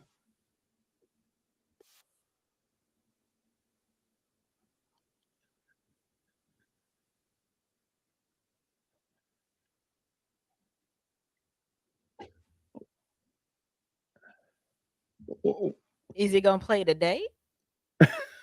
What's wrong? Wait, it's stuck? Is that playing? I don't hear nothing. Oh no! I'm sitting there looking at it. No, well, mine is not. Mine is. Why is it doing that? Mm. All right, let's do it. Oh, there it goes. You know why? HBCUs don't have the endowments others have, but guess what? You're just as smart, you're just as bright, you're just as good as any college in America. Dollars I put in the budget for HBCUs. Didn't Trump put You know money why? in the budget for HBCUs? HBCUs don't have the endowments others have, but guess what? You're just as smart, you're just as bright, you're just as good as any college in America. They cheer. And they cheer. What are y'all cheering about? I would love for somebody to tell me, what are you cheering about? You're just as bright, you're just as smart, you're just as intelligent as any other school. What are you cheering about? What are you really cheering about? He affirmed them. Oh, Is that first he insulted them. Y'all know y'all got no money. Y'all endowments. Okay, that is the truth, though. But it is true. We It's don't. true. I mean, We don't have the endowments, but I'm trying to understand the connection between the endowments and the level of intelligence. I have no idea. I have no idea. I would love for him to come to Morehouse and say that. And I would love to see what I just want to see, would y'all be clapping and cheering and celebrating? If he said that, they probably would. I would love to hear him say that at Morehouse. I would love it. Spelman and Morehouse have larger endowments than most other HBCUs, yeah. It's still way below where it should be based on the amount of dollars that circulate in amongst the graduates of those institutions. Correct. But I'm trying to understand why he felt it necessary to make a connection between the fact that the endowments are low, but y'all still smart. Y'all still smart. But you still smart. Like, we is smart. We is. Yay. What is that? But again, and people have no problem. They'll have no problem voting for that man. None whatsoever. Because if you don't, you ain't black. Because that's what he told Charlemagne, the Lord, false god. Absolutely. The blackness revolt, what we's gonna do? I don't know. Ooh. Yes, he did say that a degree from HBCU, or did he start? I don't know what he was talking about. I have no idea what Weekends at Bernie be talking about. I really don't. But okay, so we talked about the New York race and the governorship. We talked about Arizona. We talked about Florida. Oh, you know who we didn't talk about? Who? The Lone Star State. We're gonna end this thing with Texas. Oh yeah, dear Democrats. Let me just tell you this right now. I know y'all have some kind of infatuation with Beto O'Rourke, but Beto gonna get vetoed. Stop running that dude. Just stop it. Just stop it. Just stop it. Have friends that just be like, no. I don't care. I understand he's young still. I mean, he moves kind of crotchety though. He moved kind of stiff. He might need to go get a massage or something. Wasn't he the one that was seen drinking a 40 in a brown paper bag? Wasn't that Beto? I just know he was doing some TikTok dance and he looked like a pure. Oh, this was during the 2020 election cycle. He is pictured drinking no, that wasn't Beto. That was the homosexual married to what was his name? It was homosexual married to a man that ran. Keter something. Can't remember his name. Y'all, I'm getting old because I'm forgetting stuff. I don't know. I know who I'm talking about. Yeah. But, yeah. Maybe so, dear Dems, stop running Beto O'Rourke. Look, y'all, I mean, you have to admit, you had everybody in California supporting Beto O'Rourke. Everybody. I mean, what's my man's name? Anchorman, the guy the comedian. Which one? He's Anchorman. I know Rob Mays is gonna tell me he's in the what you call it. Anchorman. He played on. Rob will tell me in a second. But I mean, he's always stumping for everybody. He was stumping for Stacey Abrams here. He's always stumping. I can't remember the comedian's name. He's a very famous movie actor. But again, you got all these cats. I guess it's pretty funny. Will Ferrell. There we go. Thank you so much, Eric. So you got Will Ferrell. I mean, you got all this star power, and that dude still lost to a man that is paralyzed from the waist down. in a wheelchair. He got drugged again. Stop running Beto O'Rourke. Stop it. Just stop it. I know y'all not going to listen. Y'all going to try it again next election cycle. And I hope you get served just like you got served this time. But stop running that man. Just stop it. Stop Right. it. One Just stop. Buttigieg. Go ahead. Thank you, Kiana. That's What was that? Buttigieg was the one that was pictured Oh my drinking word. 40 with some black dudes in a brown paper bag. I can't stand you. I hate you for Like that. he was in like a remake of Boys in the Hood or something. I was like, why If they what please tell me you're joking. No, I'm dead serious. It was during the 2020 election. Y'all remember that? I'm not crazy. That really, there's a picture. Yes. Let me make my point one more time. And this is for, again, this is for Democrats as well as GOP. If you're listening to me, holler at your boy. I'll be your political strategist. This dude got beat by 12 points. He got beat by 12 points, and y'all still got all these other ancillary candidates, independent write-ins, Green Party, Libertarian, and he still drug Beto. Please stop running Beto O'Rourke. I know y'all got some kind of infatuation with him. I don't know why, but stop it. Just stop it. And run a better, truly, it's fair to say, Texas does not want Beto O'Rourke. Run a candidate that's better. That's all you gotta do. That's all you gotta do. Dear GOP, keep doing what you're doing. Keep doing what you're doing. There's some room for improvement there. Oh, no. Hands down. I want everybody take your L or your W, take it to the lab and do an autopsy. Take this W and figure out what you did right. But on the same note, there's things that you did wrong. Absolutely. Right. There's things that you can connect better with your audience. You can connect better with your constituents and so forth. But I mean, he beat the guy by 12 points, and he beat all. I mean, because he didn't just beat him; he beat all of that star power. Because remember, Beto was the one that was at Jake's church. Beto went to Joel Osteen's church. I think, yeah. So I don't even understand that. What I was going to say, I totally understand it. As we close and wrap up, we did not talk about the Arizona race that is still kind of up. Oh yeah. But sorry about that. Here's the angle I wanted to discuss. I wanted to know or hear from you. Because we're Bible believing Christians, I wanted to know your thoughts on women running for political office, and in light of the Kari Lake and Katie Hobbs race, those are two females. So it's a two-part question. I want to hear your thoughts on women in politics, and then two, why do you think Katie Hobbs was able to garner as many votes as she did, despite the fact that she refused to debate and her ideas are trash? And why don't we have a man like a Kari Lake? Why don't we have that? Okay, so I think in-your-face masculinity is extremely shunned, even in conservative circles, sad to say, even in Christian circles. They don't really want somebody to come in here and be a very straightforward and such of that nature. They don't really want that. They don't really want that type of Christian man. They want somebody who's going to be mealy-mouthed, going to be mamsy-pamsy about things, and so on and so forth.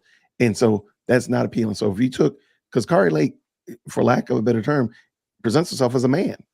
You think? I mean, masculine in her approach, in her hand, not like, I'm sorry, I don't mean, because I think she's feminine. Not saying that she's like, I mean, she presents herself very clearly as a man in that regard. That's what you want. Just like you said, why don't we have a man like Kari Lake? So that's the problem. Men that come across like that, they get called toxic. All these other different kind of pejoratives.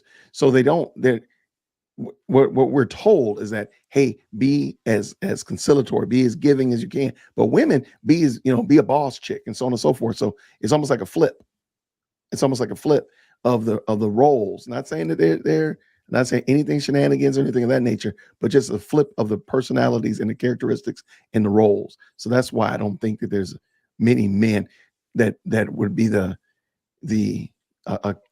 Kari Lake type-esque leader. That's why I think you don't see that. What was the other question you had?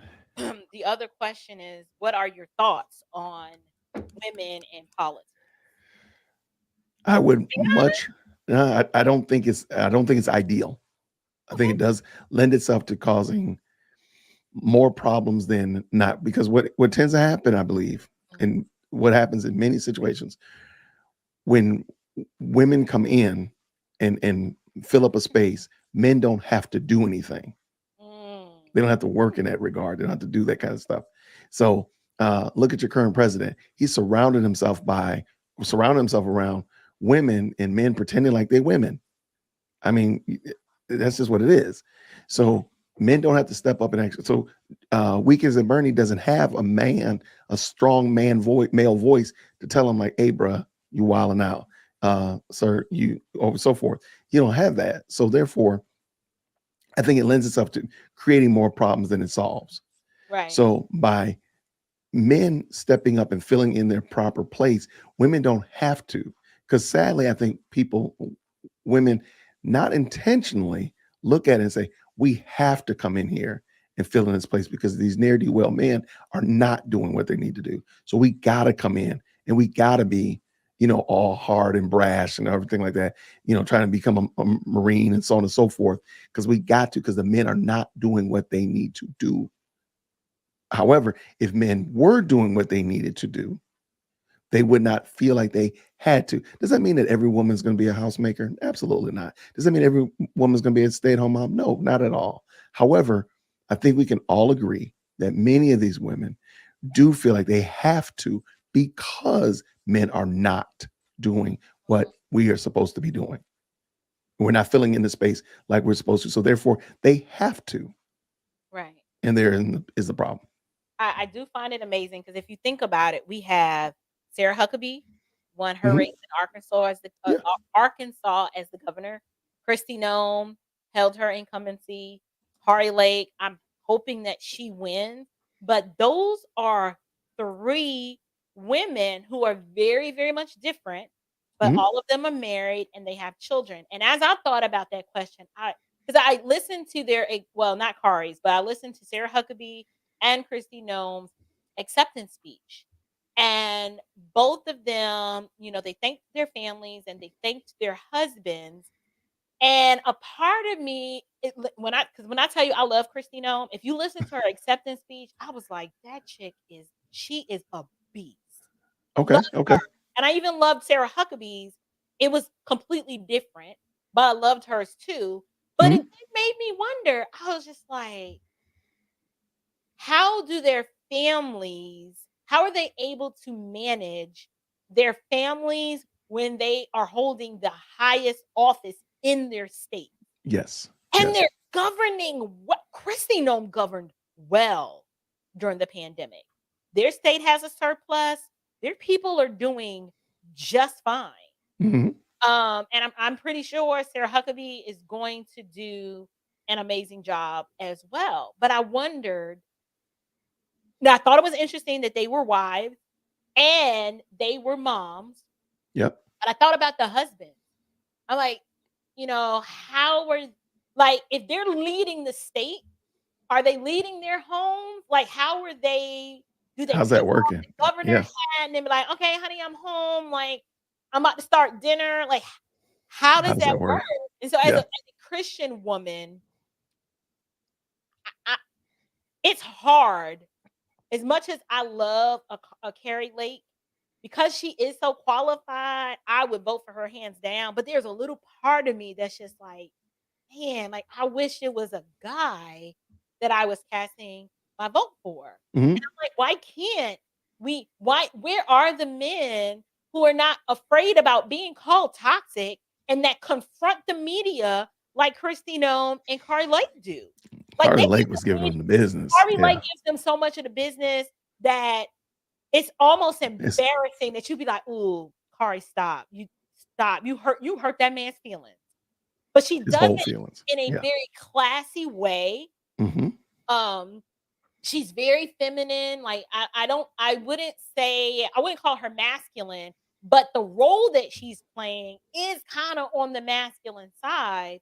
I just wonder, if I was a fly on the wall, what's going on in their homes? How are the husbands? You know, are they leading in the home? That's a good I question. don't know. It's just a question that I had, and maybe the listening audience would want to weigh in on that. But that's pretty much how I wanted to end the show. It concerned me that there are a lot of women, and I think women are highly competent and capable. Yeah. I just wish there were more men. But since there's not, you know, if I could vote for a Kari or a Christy, I'm doing it. Oh yeah, for sure. And I would love for there to be more men stepping up into that space as well. And I think truly, if somebody was honest, they want that as well. Because you don't, no woman is wanting to do the things that a president, a governor has to do, those tough decisions on a regular basis. I don't think that they really want that, but maybe so. But I don't think it's natural, and that they would really say, "Oh man, I just love the idea of a high stress job, and I'm worrying about 8 million people in my state every day." And I just don't know if that's. I don't. Maybe so. Feel free to email me, dearwokec@gmail.com, if you do, so I can make sure I support you. But Well, I had fun. Did you have fun? oh, this was a blast. Thank you. This was a lot of fun. I might talk maybe Friday about the Christian perspective about this, since we did talk about it, you know, our faith and such like that. But I put a poll on my channel, you know, what scripture verses would you put, or what scripture would you give a friend that was distraught about the midterm, or somebody that was overly elated about the midterms, and how would you help them keep their perspective on Christ? So I was thinking about maybe doing that this week, if possible, just to go through some of the, because there were some wonderful passages, and Eric, servant of Christ, did a whole video on it. But I just thought it would be fun to do. But besides that, though, this was fun. Thank you so much. It was. I mean, I think it's important for Christians to be engaged in politics, but just to recognize that Christ is King, and that we're just sojourners passing through. So my level of involvement in politics, it surfaced enough to where I'm involved because I care to live a peaceful and quiet life while I am here.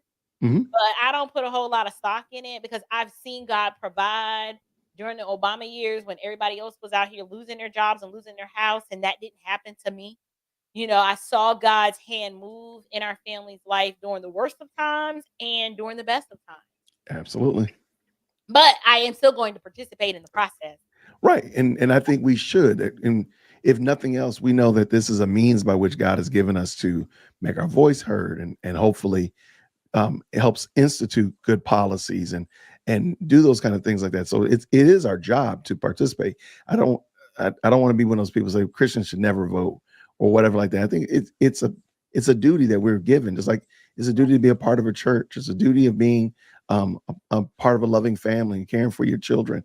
And it's a duty, like the Lord has given us this as a means that we can participate in our election process, letting our voice be heard, and such like that. I don't know why somebody would not want to, if they could participate in this.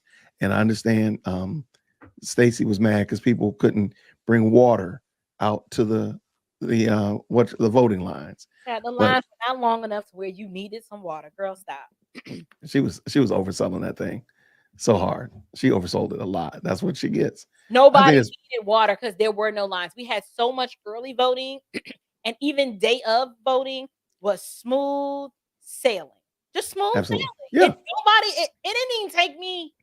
It took me like 7 minutes to vote, just because I went through my ballot 3 times to make sure.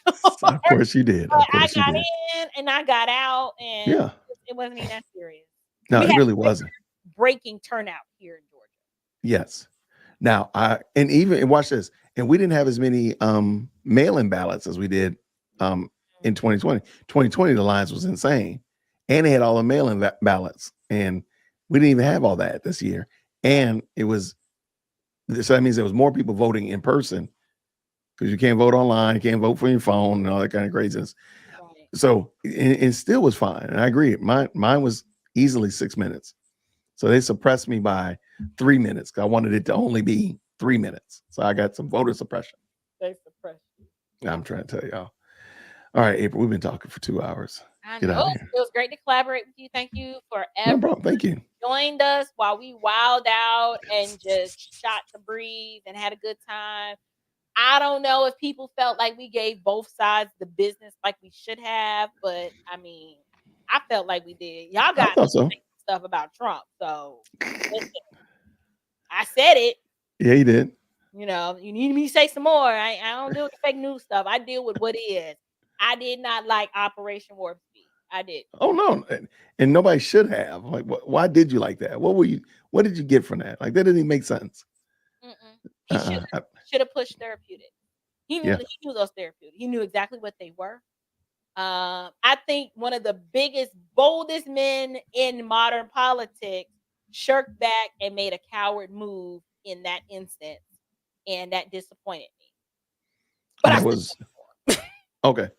I did. I got you. No, I got you. I totally agree. No, I agree. Everybody, thank y'all so much. I appreciate it. That was fun. Thanks so much. Hey, let's do this again sometime. Absolutely. All right, everybody be good. Grace and peace. Take care.